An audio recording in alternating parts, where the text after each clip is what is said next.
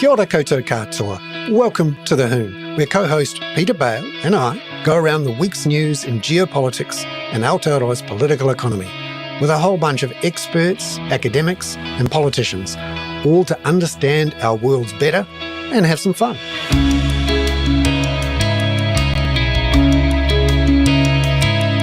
Tēnā koutou katoa. And kia ora, Peter, from the other side of the world. How are you? Buenos dias, Bernard. I'm good. It's a lovely dawn here in Spain. I don't have a Negroni with me, otherwise I'd be a complete cassette. But one of us does have a Negroni, right? Ribena last week and Negroni this week. So I just have my coffee in my Itala cup, which I have. Yes to regular viewers, I have them in New Zealand and in Spain. Yeah. Good. It's going to be a stellar show this week because I think this is right. This is the first time we've had a former Prime Minister on the show. Former or current, I think we should say. Or current. We have had the current finance minister on, but she wasn't the finance minister. You know, she was a gin-soaked, or you soaked her in gin, a gin-soaked MP at that time, or financial spokesman. Yes, we've had a few on. Looking forward to having her on again at some point as the finance minister, maybe after the budget because she's a bit busy at the moment. But we're going to be talking with Helen Clark and Robert Patman about quite an exciting period in geopolitics. In fact, the current Prime Minister, Christopher Luxon, described it as exhilarating in a speech this week. As opposed to the doom-laden hellhole that Rishi Sunak described in the UK and then said, only I can help, only I can fix it. Yeah. So it certainly is a lot going on. We've got AUKUS 2, should we join or should we not? Which sides should we pick? Do we have to pick a side between China and the United States? This week, for example, the United States quadrupled its tariffs on electric vehicles and batteries and banned a whole bunch more Chinese companies from buying fancier chips, the really, really thin, really, really small ones. And the further we go on, the more deglobalized we seem to be getting, as well as, a whole bunch of ships in the South China Sea shooting water cannons at each other. Did you say the South China Sea? I think you did there, which is almost exactly how he sees it, I think. Good pun. That 9-dash line is really a thing.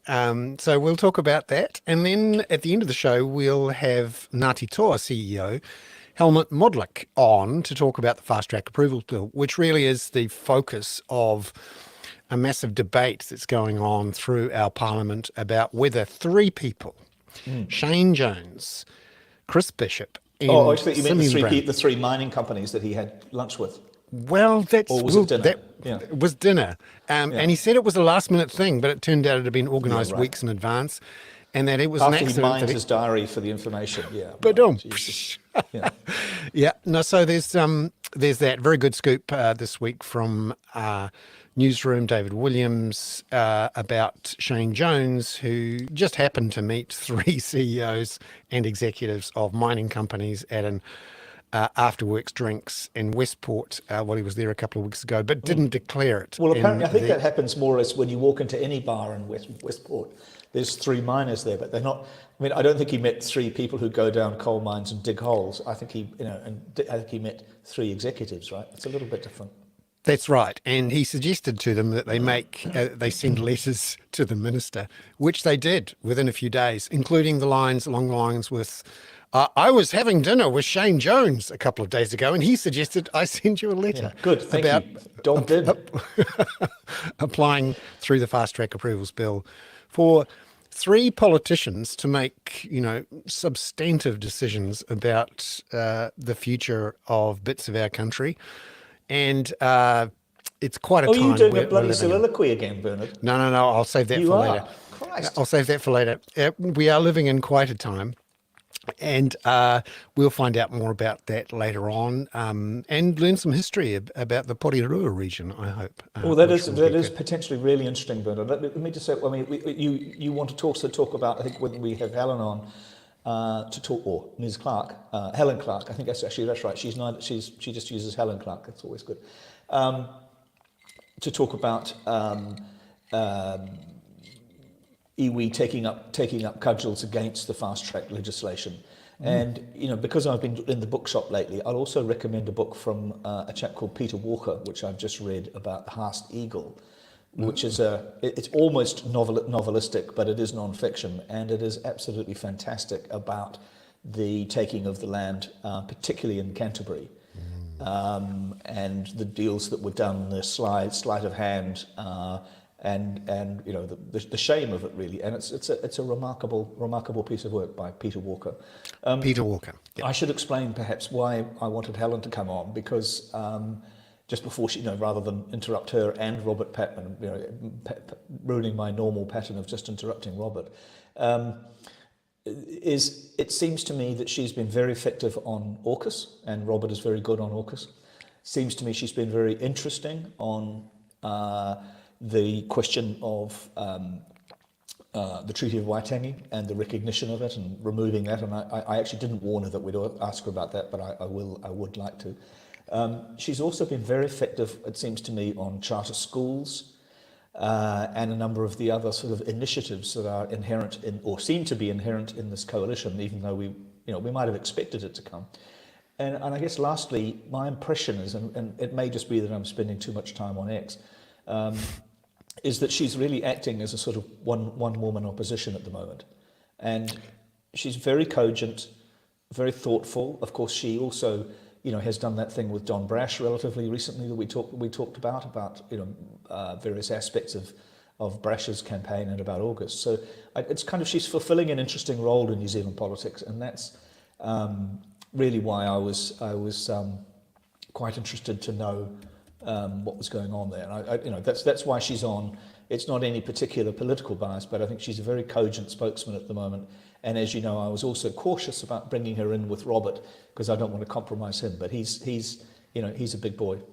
And they spoke together on a panel a few weeks ago in Parliament about AUKUS 2. This momentous decision we as a country should have a public debate about before we stumble into this thing, because it really will determine our future in the world for decades to come.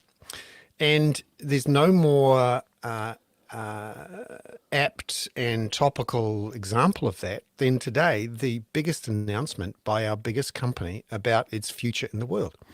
Fonterra has announced that it will be selling off all its consumer brands, including Anchor, Mainland, Kapiti, because it's selling decided them that to private equity, to anyone who wants to buy it, essentially saying that we're not really in the brands business anymore. We've tried the overseas expansion thing. We've tried to rival Nestle. We've tried to be New Zealand's Nokia. And basically, we've failed. Or more importantly, our farmers have decided they want to take the money back and use it to pay their banks back, to reduce their debt. Just be commodity providers. Exactly. So it's all about the brown bags of milk powder being exported as ingredients to other companies to add a layer of brand and excitement. Where's the value-added chain in that? Going up the value chain, going up the Nespresso conversation. Jesus Christ. That's right. No, it's been a while since Fonterra's even thought about trying to bring in George Clooney as a spokesman. But it's certainly... Actually, well, you and I are, of course, the George Clooney's of podcasting. I'm very happy. I'm very happy to do the Down on the Farm, We Really Know Our Cheese jingle with you, Bernard. Yeah, and having a chat with... There's much better value in Chesdale. It never fails to please. Boy, we're exposing ourselves, our age there. Yeah. But we could be the two and guys... Dale. Which would be Ches? I'll be Dale. I'll be Dale because I'm Dale. And you can be Ches. Exactly. Or those two old codgers, a bit like the New Zealand version of the two Muppets guys. What are their names again? Yeah, Ches and Dale. Yeah. Ches and Dale. Digging into the big block of cheese and admiring the mainland cheese. Robert Patman, it's lovely to see you. How are you, Robert? Bernard. Speaking of old cheeses. Yes. No, we're talking about cheese, mainland cheese. And I think this is interesting for our place in the world. Robert, you might not have heard, but Fonterra announced today that it's going to sell off its consumer brands businesses. So Anchor, Mainland, and essentially withdraw to New Zealand and say, we're just going to be selling ingredients to the rest of the world. We've sold off a lot of our factories and processing plants in the rest of the world. We're using our capital, instead of trying to expand overseas, we're going to use our capital to repay debt in New Zealand and let the bankers get on with the business of lending money to people to buy each other's houses. And the Ministry of Foreign Affairs and Trade might not have to worry too much more about the Fonterra part of the Fonterra and Trade. Well, I have to just insert a brief joke into this, Bernard, which is that we could buy it and do... and I credit this to Sandy Toksvig, the UK comedian, said that she always dreamed of opening a cheese shop called Cheeses of Nazareth. That's good. I wish we could laugh a lot about what's happening in the Middle East at the moment, but we probably can't. And that's my segue. Wait a minute. Before Helen comes on, let's also congratulate Robert for winning the prize as the most important or most effective academic communicator in New Zealand. And that is a major thing. Is that a good description of it, Robert? No, I think that's probably overblowing it a bit, Peter, to be quite honest. Not like me. No, I think it is. I'm just fortunate to be in the area of international relations, and increasingly international relations is intersecting with domestic politics. We've used the term in our discussions, intermestic. Oh, there she is. And I think that accounts for it to some degree. Yeah, well, Robert, you've been a brilliant spokesman for your industry, as it were, on the Hoon. I really appreciate it. And you've done the segue this week about the intersection between international politics and domestic, because there's Helen Clark. So, Helen, welcome to the Hoon. Thank you. Thank you. Good to see you. I hope you thank can you see very Bernard much. there. Bernard's the boss. Sort of. It's a lovely chance for us to talk about what's New Zealand's place in the world, how we connect to the rest of the world, and we're very lucky to have both Robert Patman, very freshly awarded for his role in communicating our debates about geopolitics. Congratulations, and also Helen Clark, obviously former Prime Minister, and very involved in the issues of the world. Helen, thank you very much for coming in, and it's a great opportunity too to have a closer look at this debate about AUKUS 2 and New Zealand's future connections with the world, which way we go, if we go any way, which partner we choose, who we don't. Helen, I'd like to ask first up, before I hand over to Peter and Robert, do you think we should join AUKUS 2? No, absolutely not. Oh, don't beat about the bush. I think it's a very, very slippery slope. And the sophistry around the language on AUKUS is really sort of to the point of being amusing. There was a speech and an interview given by the British High Commissioner to New Zealand yesterday, where she argued that it wasn't, quote, an alliance, but then went on to say things about it which had all the characteristics of it. Look, terminology aside, AUKUS Pillar 1 is a nuclear submarine technology sharing agreement with clearly the objective of boosting the nuclear submarine capacity of the group of Australia, perhaps UK, if it decides to reverse the East of Suez approach, and certainly the US. Now, who in the South Pacific has asked for nuclear submarines to be running around defending South Pacific Islands or indeed ourselves? We got off that bandwagon with the ANZUS breach of the 1980s. So that's Pillar 1. And then Pillar 2, what is offered is access through an association with this partnership of Pillar 1 to advanced military technologies. And the carrot will be held out that companies like maybe Rocket Lab will get the odd more contract, and we somehow build up a military industrial complex scale for New Zealand size. But the further point is the slippery slope is leading us back into closer relationships than we've had since the ANZUS breach, when we were very clear about an independent nuclear-free foreign policy. And there will be expectations as you go down that slippery slope of greatly increasing defence expenditure. Now, increasing defence expenditure at the time that so many important functions and capacities and services are being cut doesn't seem like the brightest thing for me. But then come to the nub of the question. This is clearly aimed at China. It doesn't matter how many times the UK High Commissioner or anybody else says it isn't. Of course, it is aimed at China.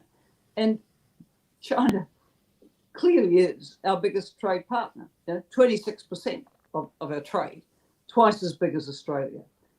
US falls behind that about 11% from recollection. So how many times do you keep putting a stick in the eye of the major trading partner without expecting repercussions? And a lot of New Zealand's jobs and futures hang on that.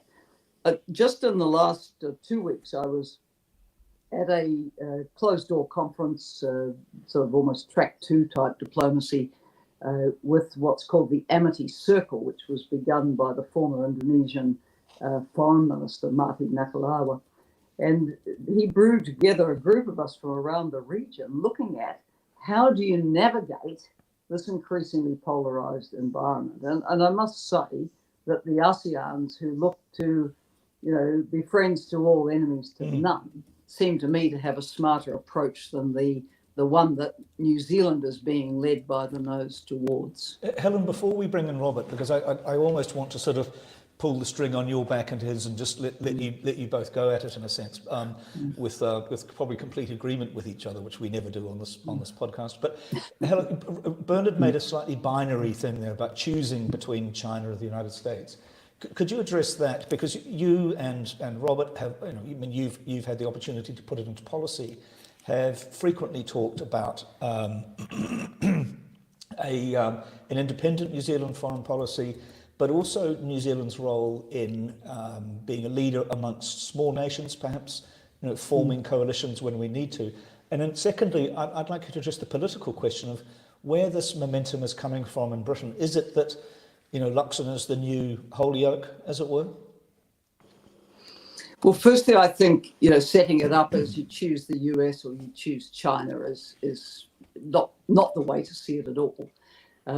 It's clear that the US doesn't like its sole superpower status challenged.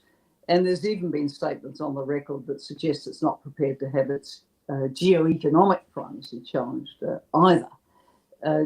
What is clear is that every time a new major power emerges on the block, you always get jostling, you get uncertainty. But that to me is not a reason for sort of, rushing back to where we were with the Sino-Answers at the beginning of the 1950s. It's a time for keeping our head, as we have with these relationships for many years now, where we trade extensively with China. We have always felt unencumbered in expressing views about approaches that China takes that we don't like. But the relationship has been strong enough to do that without damaging fundamental economic interests. So it's a balancing act.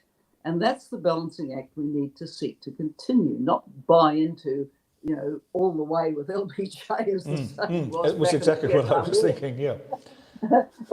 And it's not all the way with China, obviously, because there are different political systems, different values, many different policy stances.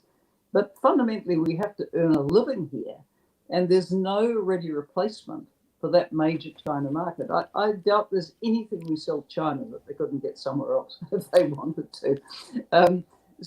And I see that, MFAT now is talking up India, all in on India as the trade. But point me, please, to the trade policy specialist who thinks there's going to be any chance of an FTA with India that's anything like the one with China.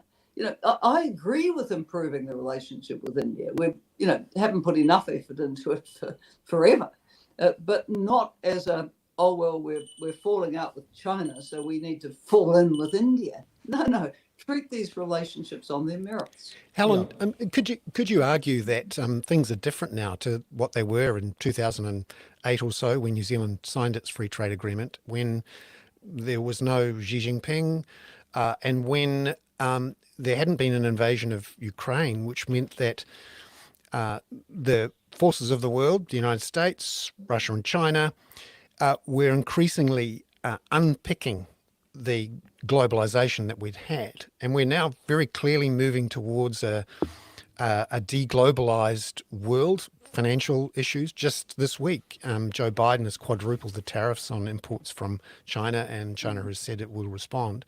So shouldn't we, realize the world is deglobalizing, realize where our traditional interests lie, and nestle up as much as we can to that grouping, which includes our largest trading partner, Australia, and our strongest security partner, Australia, and the United States, because they've really decided to go for it. They're not holding back. But they're on a course which is very fraught, and that's a course of jamming right up against China. I really think that this is a time for a small country like New Zealand to keep its head and be a voice for dialogue and diplomacy, and not for ramping up contestation, as it were. I think of perhaps a parallel, which would be Ireland. Now, Ireland is a darn sight closer to Moscow than we are to Beijing. Ireland maintains its actual neutrality. We've never declared neutrality. We've always been, even since the ANZUS breach, a kind of semi-aligned country, a Western country which picks and chooses its engagements. And in picking and choosing, I was the Prime Minister when we committed the SAS to Afghanistan, didn't agree to be part of the invasion of Iraq, but after it was over, sent military engineers to try and repair some of the damage. That's the position we've been in. I think we need to preserve that position, keep our heads, be a voice for a path that doesn't keep dragging us closer to a confrontation. Robert, you've often said very similar things to what Helen has said, from obviously a somewhat different perspective. Would you elaborate on this question of New Zealand's role in the world, potentially as a upholder of international law, coalitions of smaller nations? What do you make of this? Because of course, one of our kind viewers is also saying, can we be an honest broker inside Five Eyes? Well, my opposition to AUKUS is based on the fact I think it's based on what I call woolly strategic thinking. As Helen has noted before, we shouldn't have any illusions about China. We know it's a one-party state. We know it's a dictatorship. But is China the only threat to the rules-based international order on which New Zealand depends and which New Zealand wants to deepen? No. And we have to be candid about this. I mean, after all, sound policy can't be based on wishful thinking. And I'm concerned that some of the leading AUKUS advocates seem to believe that deterring China will boost New Zealand's position in the world. I don't see it that way, because there are other issues which remain to be addressed. And it seems to me that the United States, which has done a lot to build multilateral institutions in the world, which we have been involved in and worked extensively, is moving.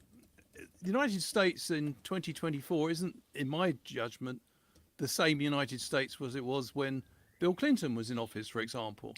And I think there's been, as we all know, much more polarized America. We now have someone running for office who was very closely associated with an insurrection on the 6th of January 2021. Do we really want to constrain our diplomatic flexibility when there are multiple challenges to the international order by totally aligning ourselves to this grouping, which could be led by someone who has little in common with what I call the values held by most Kiwis right across the political spectrum? I think Mr. Trump's view of international politics is a dog-eat-dog one, and as America is the strongest, it's got the biggest bite. He doesn't believe in multilateralism. He described himself as an enemy of multilateralism. This is a key principle of New Zealand's foreign policy. So we have to be very measured here. The other thing that I'd also like to emphasise, which I think is pretty crucial, is that New Zealand, it was often when we adopted a non-nuclear stance, it was sometimes opponents said, well, that's New Zealand sidelined in international politics. I think the reverse has occurred. I think that we've had unity with our Western allies, but not uniformity. And that is to say, as Helen just said, we've had the scope to pick and choose those issues which we believe are very much consistent with our core values and indeed our national interests. And I think we should retain that flexibility diplomatically. Why? Because it's not just the Chinese challenge to the rules-based order that we need to have a voice on. There are other challenges. It's no secret that in the 21st century, the international arena is challenged by problems which are too big for superpowers to fix. I'm talking here about climate change, transnational terrorism, global pandemics. The list goes on. Problems of an extended economy. None of these problems can be fixed by unilateral action. So we've got to put into context, I believe, or perspective is probably a better way of putting it, the US-China rivalry. People keep talking as if that's going to determine the future of the world. It's not. Pacific Island leaders and ASEAN leaders do not see themselves as pawns in a US-China struggle. And we need a bit of realism here. We have to take into account that we are living in a world where problems which we are facing for superpowers, middle powers, small powers, we're all facing problems that by definition can only be fixed by self-interested international cooperation. And I think it's very important that New Zealand doesn't lock itself into arrangement which could make us tongue-tied on a range of issues which we need to speak out on. Without rehashing the past, I would have liked to have been a little bit more vocal on issues like Gaza, because, you know, what's happening in Gaza is a direct assault on the national interest of this country, because our national interests are tied up in a rules-based international order. Unfortunately, and no one gets satisfaction from this, what we've seen in Gaza was, first of all, a war crime by Hamas, followed by a disproportionate and relentless military response, which has killed a lot of innocent people, innocent Palestinians. In short, we've seen a disrespect for humanitarian law and a disrespect for international law generally. That has global ramifications. What's happening in Gaza is not just a matter for the US, Israel and Hamas and the Palestinians. It has global ramifications. It affects New Zealand's role in the world. So, in short, I think if you look at it in this way, AUKUS is not actually sound strategy given the realities of the world we're living in the 21st century. Could I play before we met, Mr. Pupil Hickey from the back of the class with his hand up, doing the thing like I used to do, the most eager kid in the class. Helen, could you respond to that Gaza element? And would you also just, because we don't have too much time, but I've been really interested in the attacks on criticism and literal attacks on UNRWA, and you have a lot of experience of that, of course, through your UNDP role. But could you address that aspect of Gaza? It would be remiss of us not to slide over it, and then Bernard in the third row can have a question after that. Well, look, first, I'm in violent agreement with Robert that there are plenty of other challenges to the international order, and the crimes against humanity, the human rights abuses, arguably war crimes being committed in Gaza day in, day out, a witness to that.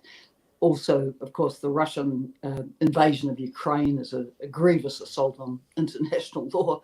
And then in terms of other challenges, I mean, the WTO appellate structure is in collapse because of actions of the United States of America. We probably don't say enough about that either, for whatever reason.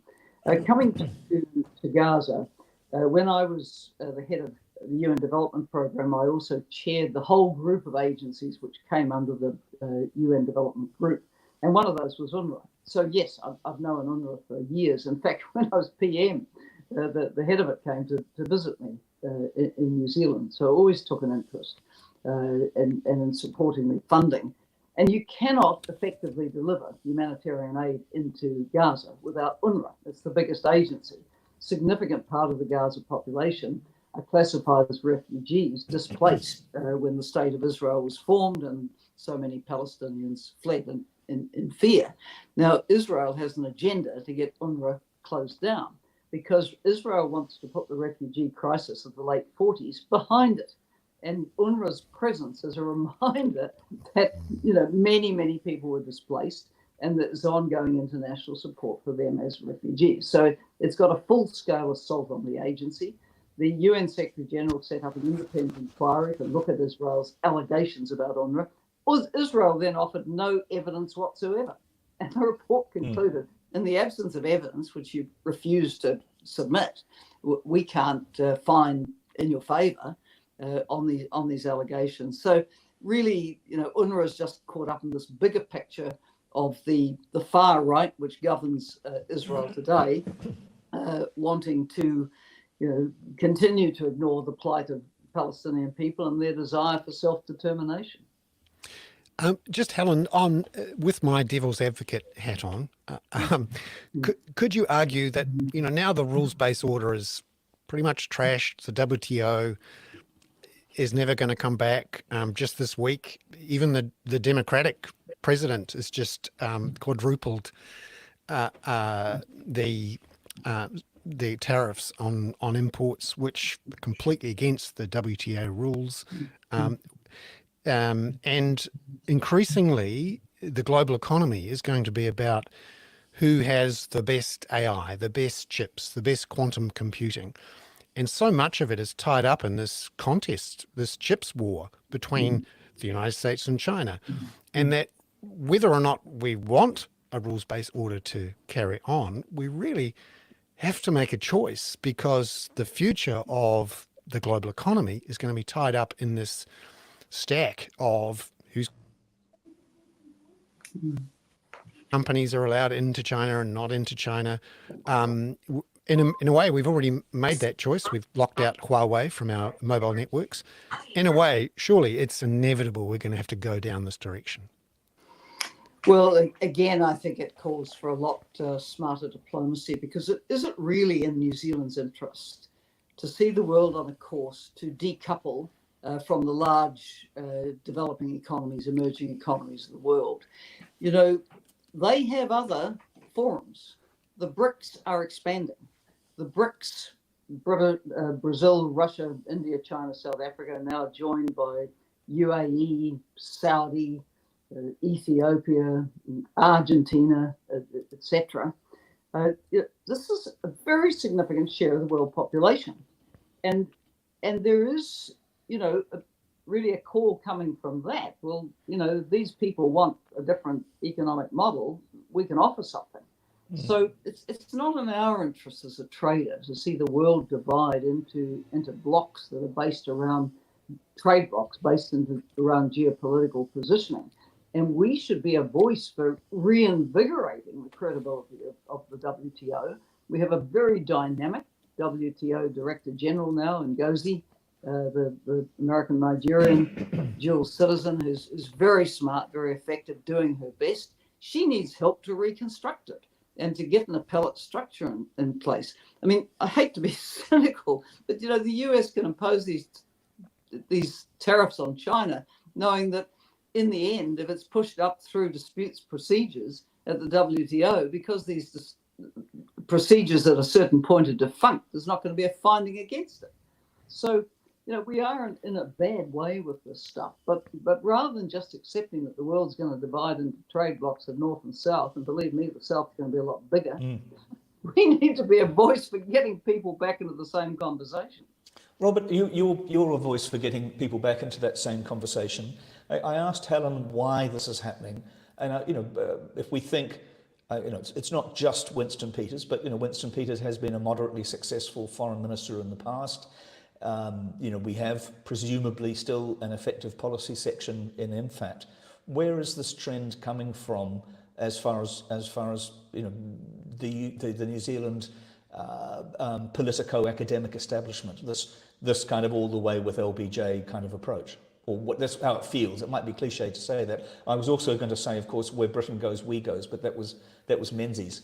Where Donald goes, we go. Yeah, exactly. I'm not sure how strong it is in New Zealand. I think there are certain people who believe the realist school of thought in academia, it's described as that the world is still determined by great powers, and they see the world in terms of the rise and the fall of great powers. And I suppose some people may be feeling in that context that New Zealand has to pick a side. I don't agree with that. And I just come back to Bernard's point about America and deglobalization, if it's happening. I also think that's based on a false premise. The United States, initially in the late 80s and early 90s, assumed that Americanization was synonymous with globalization. And there's no doubt about it, America played a key role in some of the technologies which have driven this process of growing interconnectedness. But what we've seen as the 1990s unfolded and the 2000s has evolved, we've seen that globalization is essentially a structural change. You can no more deglobalize, in my view, than you can deindustrialize. The United States may try to decouple from China. That doesn't mean that other Western countries will necessarily follow suit, and it doesn't mean that the United States may not. The United States may have a big change of mind. We've had other situations where other presidents have tried to draw away from China. I remember Bill Clinton. He won the election in 1992 on the basis he wasn't going to baby China, as he put it, over its human rights record. And for the first 3 years of his first term, he held China to account on human rights. But who put a lot of pressure on Bill Clinton? It was the American business community who got alarmed by the inroads that Europe was making in China's market. And he did a U-turn. By 1998, the US and China were partners. So, Robert, yeah. Sorry, forgive me. I was going to ask. No, I was just going to say, just a final Yep. point. I was just going to say, I'm not sure a lot of American businesses will necessarily agree that it's sensible for America to decouple from China. Yeah, Apple Remember, might have there's some something to say pretty about powerful that. interests involved. Helen, I was going to get Robert to talk about on international affairs, and Robert, of course, you're welcome to stay with us as you always do. So Robert comes in most weeks, Helen. So we'll keep a slot open for you because our audience is loving you having you there and finds this to be. I mean, Robert's usually the sage on this show, and I'm the comedian, but it's great to have you there. Helen, on the domestic front, you've had quite a lot to say about the charter schools question, the speeding up of major projects, the big dig, you might call it, and of course also on the Treaty of Waitangi. Tell us about why you're doing that at the moment. You have the Helen Clark Foundation, but my impression is, looking at what you say, is that you're just busting to be Miss Sensible on this. Well, always try to be Miss Sensible, obviously. This is the strangest New Zealand government I've ever seen. Never seen anything like it. You have an inexperienced national prime minister who was led by the nose by two fairly wily small party leaders to form a coalition. And these people are given their heads with really little regard from the self-styled chief executive, who is not really a political leader. You know, the charter school move lies in the face of all the evidence we ourselves have about charter schools, that they got worse result. I have been extremely concerned about the fast track bill because of the governance risks. Now, one of the international organisations I chair is the Extractive Industries Transparency Initiative, which New Zealand's never bothered joining, by the way, even though we have a small minerals sector, and current government would like an oil and gas sector as well. But we are very big on proper process, disclosures of all kinds. When you have a bill before a parliamentary committee and the Ombudsman, the Auditor and Inspector General, the Parliamentary Commissioner for the Environment come forward and say, this is not good governance. There's no checks and balances in this. You can't just have three ministers have final power. And then you start to see the news items come through of Shane Jones, who forgets that he had dinner with, is it 1, 2, or 3 mining companies? I mean, this is really extremely risky. How we will keep the very high position we've had for transparency and non-corruption, I don't know. The trends are extremely worrying.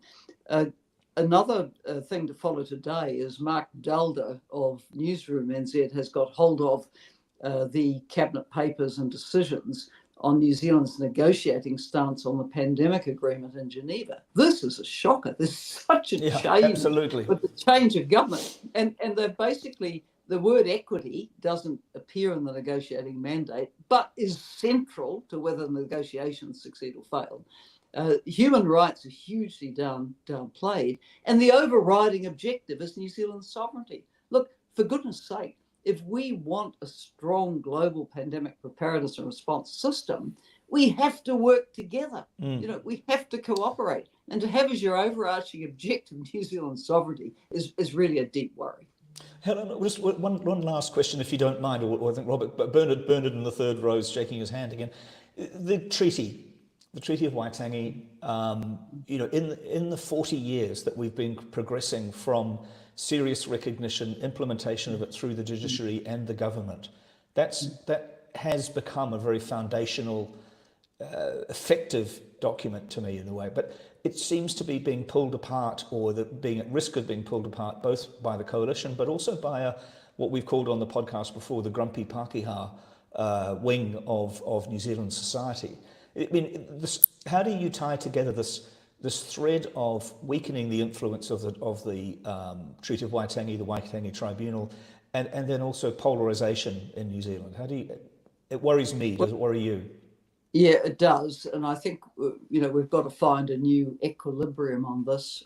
I've said publicly and been quoted on this that I thought Todd Muller's valedictory speech in Parliament was very wise on this. He made the point that when there's a broad consensus across the major parties on these issues, you do move the needle slowly and in a direction of ensuring that Indigenous rights are fully respected and upheld, and you endeavour to take the vast majority of the population with you.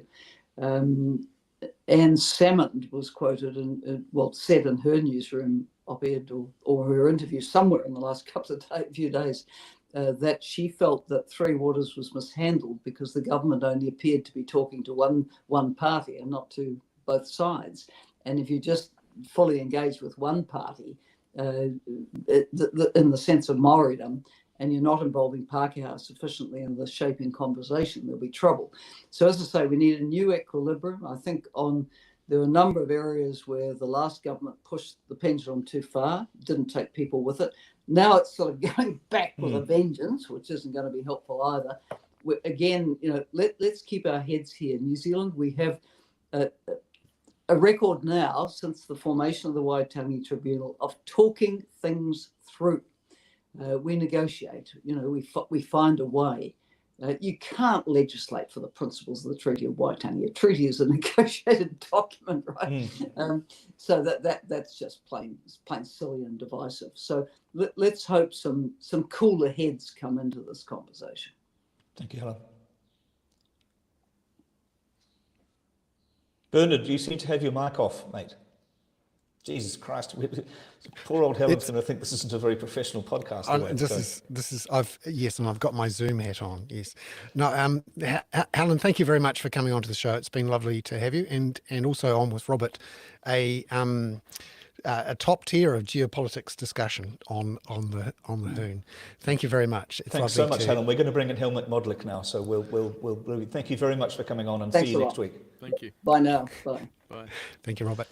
And tēnā koutou to Helmut Modlik, who is the CEO of Ngāti Toa, calling us from, whereabouts are you calling us from, Helmut, today?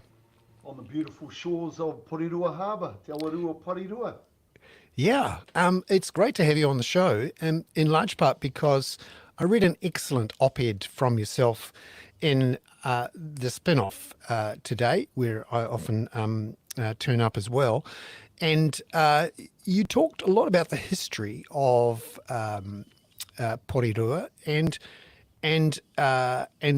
put that history as a context around our debate about the fast track approvals bill, which I thought was fascinating.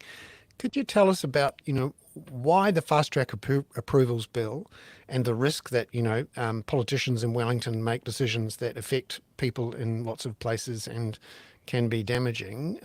Can you put it into the context for Porirua? Yeah, absolutely. Look, thank you for inviting me along, and tēnā kōrua, Bernard and Peter. So you'll have noticed that for a Maori boy from Porirua, I've got a flash name.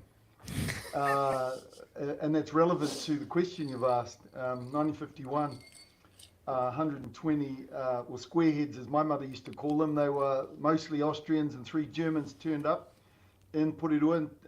They brought with them their own wood, their houses, their plans, and their men to build houses at pace here in Porirua and Titahi Bay initially, as part of the cabinet approved fast track of that time, intensive development of residential, industrial, CBD built environments here in Porirua. And just to finish the personal anecdote on the name piece, so you'll be unsurprised to learn that some of those young men made their way to the local dance halls, and as it turned out, 3 of them married 3 cousins from Takapuahia, so there are 3 families with kids. None of us are kids, of course, anymore, with flash names. So there's a symmetry there. So in terms of what happened, though, and there's a few things I've already mentioned. One is the speed. 2 is the participation of politicians in the process. The third one, and it's related to both of those 2 prior observations, is really the bounded logic that was brought to bear on that intensive development activity. So what was externalized, there was no consideration given in any material sense to the impact on the environment, on the water, on the community, and on Ngāti Toa culturally. I mean, nobody cared about iwis in those days anyway. So it really was a earlier version of fast track before we had any chance to learn any lessons. So what happened? Well, sure enough, they built thousands of homes. There's about 1,000 on the western side of Porirua Harbour. There's about 2,500 on the eastern side. The CBD was built. All of the waterways. So Porirua Harbour is the end of it's surrounded by hills, the end of a valley coming in from Tawa and Linden. And so all the water runs off naturally down to our harbour, meandering waterways, wetlands, all of that gone. So straight concrete raceways, narrow pipes, rainwater sedimentation straight down, turned our beautiful harbour and its estuaries into, in one lifetime, less than a lifetime, turned it into a pond that you can walk across in low tide. What's even more egregious is that early on into this very day, as a consequence of the poor design and the political interference and all of the elements that we've spoken to, resulted in pipes that all need to be replaced, which is happening right now up in Eastern Porirua as part of a regeneration program. Houses that all need to be pulled down and replaced. I mean, everybody knows that our public housing is being crapped for forever. Cold, damp, poor health for all the low-income families. They're all being pulled down in Eastern Porirua right now.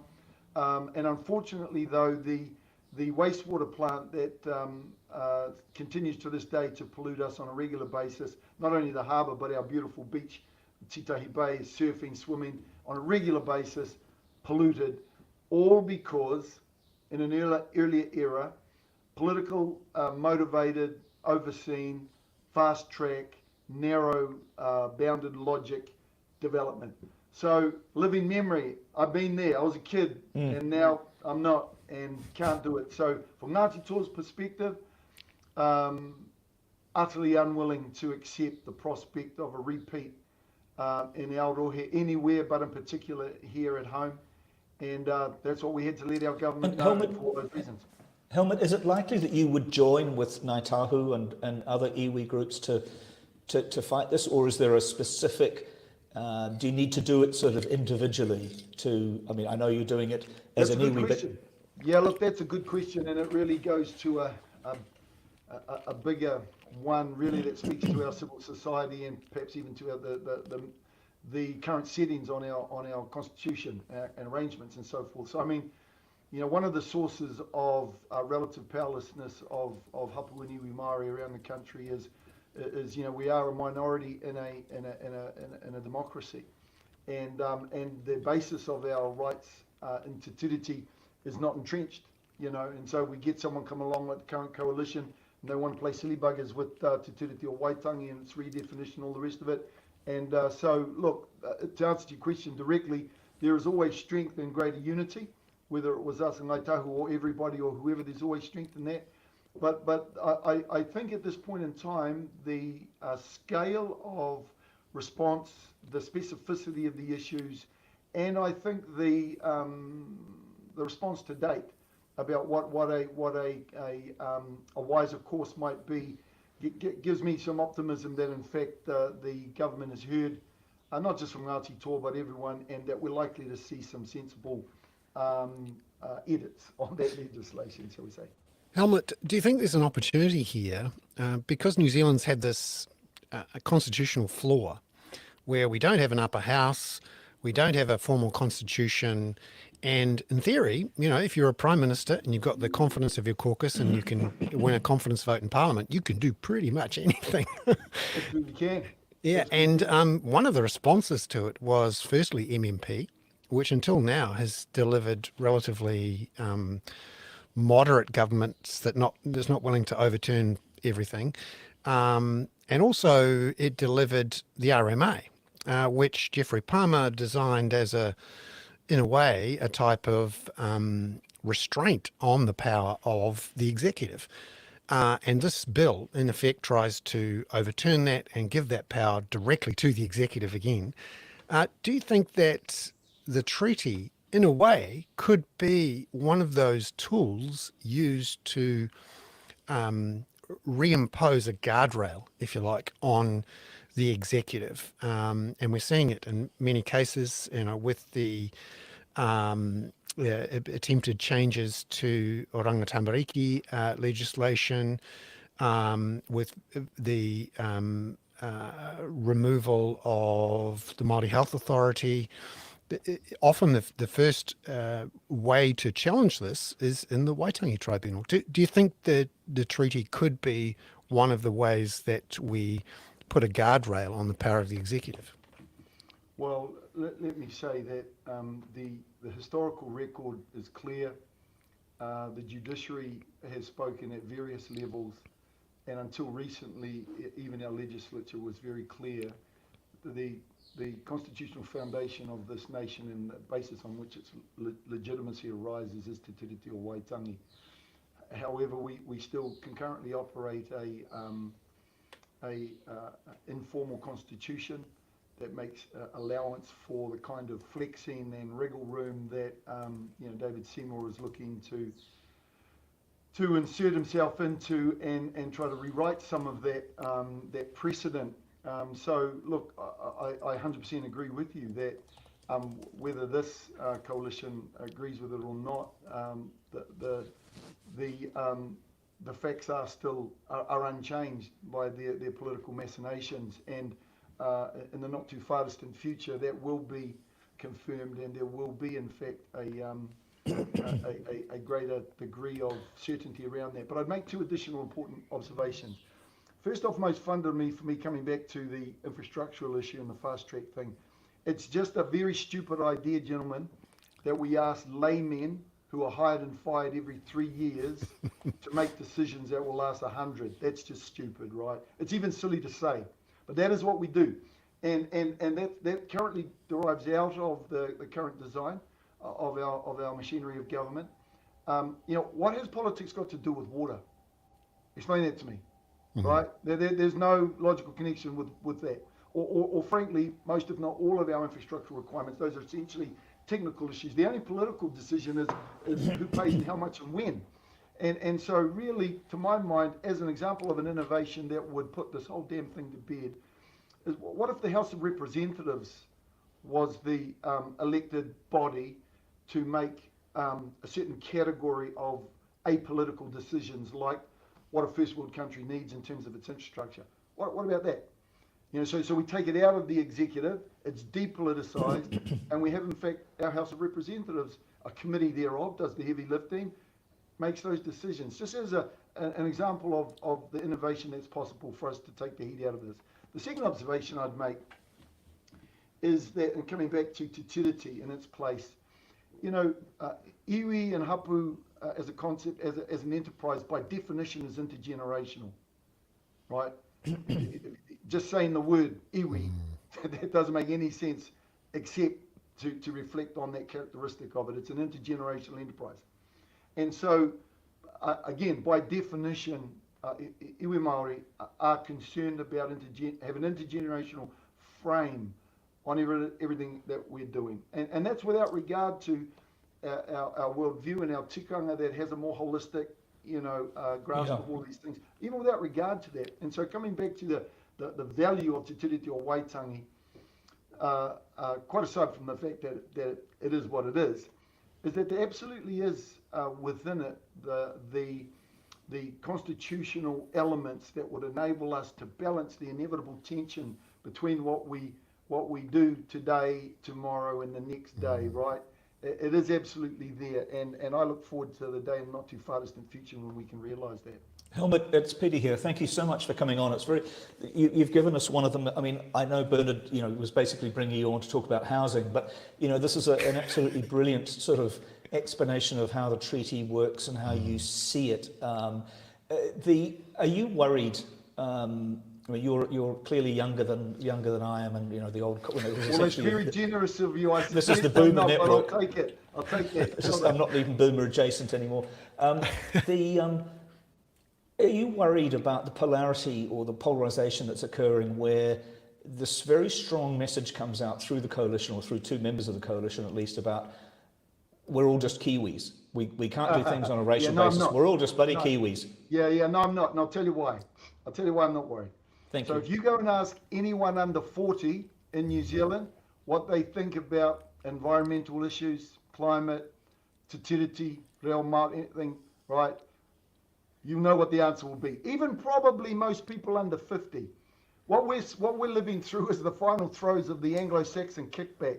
Always knew it was going to happen, because Labor did push it. Let's face it, there was a large caucus in the last cabinet, and in their progressive inclinations, and not just in respect of te tiriti or race related, they pushed every damn thing in. So of course, I wasn't surprised at all that oxygen was given to the populist rhetoric of Winston in particular. David's just again, he's got to carve out a niche. He's and so he added in this stuff to his libertarian frame, and so okay, cool. But they are a minority, and so two observations. One is, in the not too far distant future, the majority of those who are our age or older, well, we won't be here, bro. And so that changes the power in terms of who votes and who cares about these issues. That's first observation. Second observation is, I was at a meeting of iwi leaders in the recent past, and we were talking about these things and the impact on us all. And I said to them, as far as I can see, there's only three options going forward from here. One is that we accept this unilateral reimposition of dominance by the kāwanatanga on the rangatiratanga part. We accept it and we put our head down and go back to what it was like when we were younger and our parents and grandparents and so forth. Well, I've yet to meet a Māori person who even remotely is willing to contemplate that, so we'll scratch that one. So there's only other two options for us going forward. The first one is that we, in fact, do what one of you said, I'm not sure if it was you, Bernard or Peter, we unite ourselves. And we re-engage with the kāwanatanga and we say, guys, we ain't going to do that again. So let's get back where we were. We've been for decades now, respectfully having a conversation about what it means to be here together.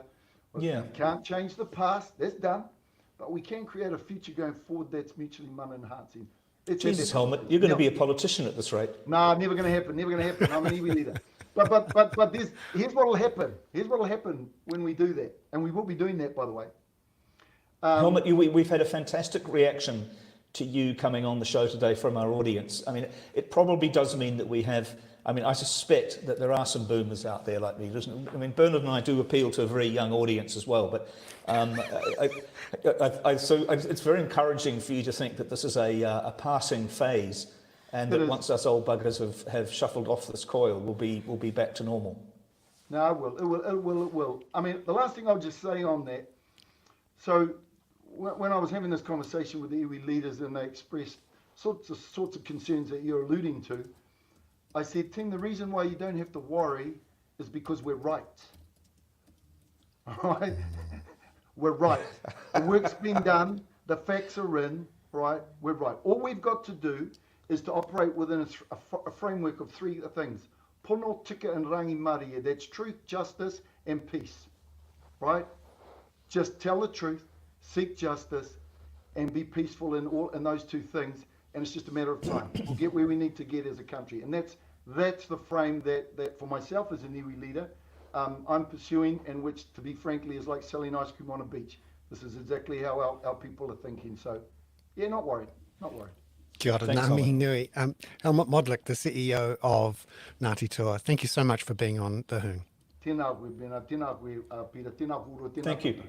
Kia ora. We've had fabulous feedback today, Bernard. So I think we need to, we need to have Helmut on more. We need to definitely need to have Helen on more.